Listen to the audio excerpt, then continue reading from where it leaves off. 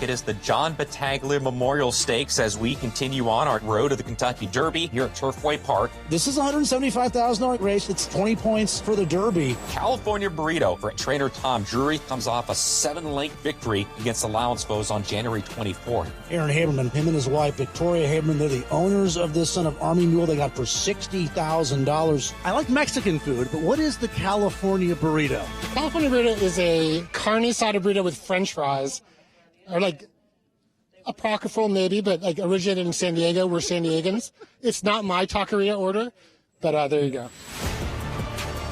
And there they go in the 43rd running of the John Battaglia Memorial. This California Burrito contests the top spot. Irving Mancata aboard. California Burrito, and he kind of slowed the race down. You can see the whole field about, 7 lengths apart from one another right now, so you can just tell visually they weren't going that fast.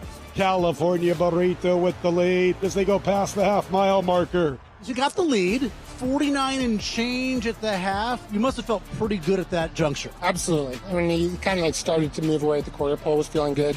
Baby Max ran a great race. I mean, I feel like we got headed, and he's like, gutsy horse, got it back.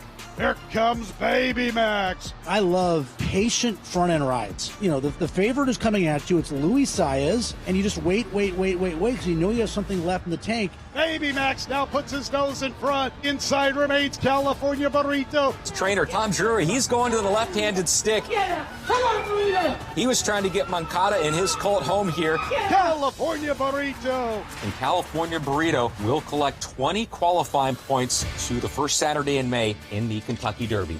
Do you have Derby fever? Yes.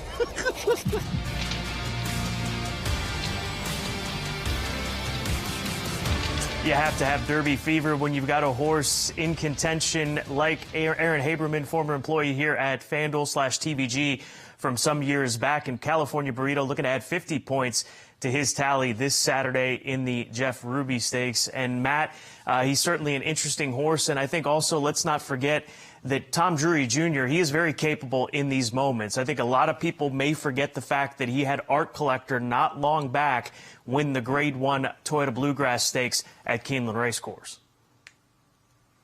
Yeah, like you say, Tom knows how to get a horse ready for a big race, and California Burrito deserves to be a major threat coming up on Saturday afternoon. The one caveat for that race, the Battaglia versus the Jeff Ruby coming up on Saturday, is the pace scenario. I think he's going to deal with a lot more company early on as far as the gas is concerned, and perhaps that can be the leveling out piece for Baby Max. Now, if you'll allow me to kind of go into story mode here. Baby Max is a horse that I loved on debut at Keeneland. I was sitting next to Gabby Gaudet up at the desk, and I said, look, this horse, he worked 2 back without blinkers. He was a little bit lost. Then on October the 9th, the blinkers were on. He was very sharp. He looked great. And as they come walking by the set, I go, where are his blinkers? They're gone.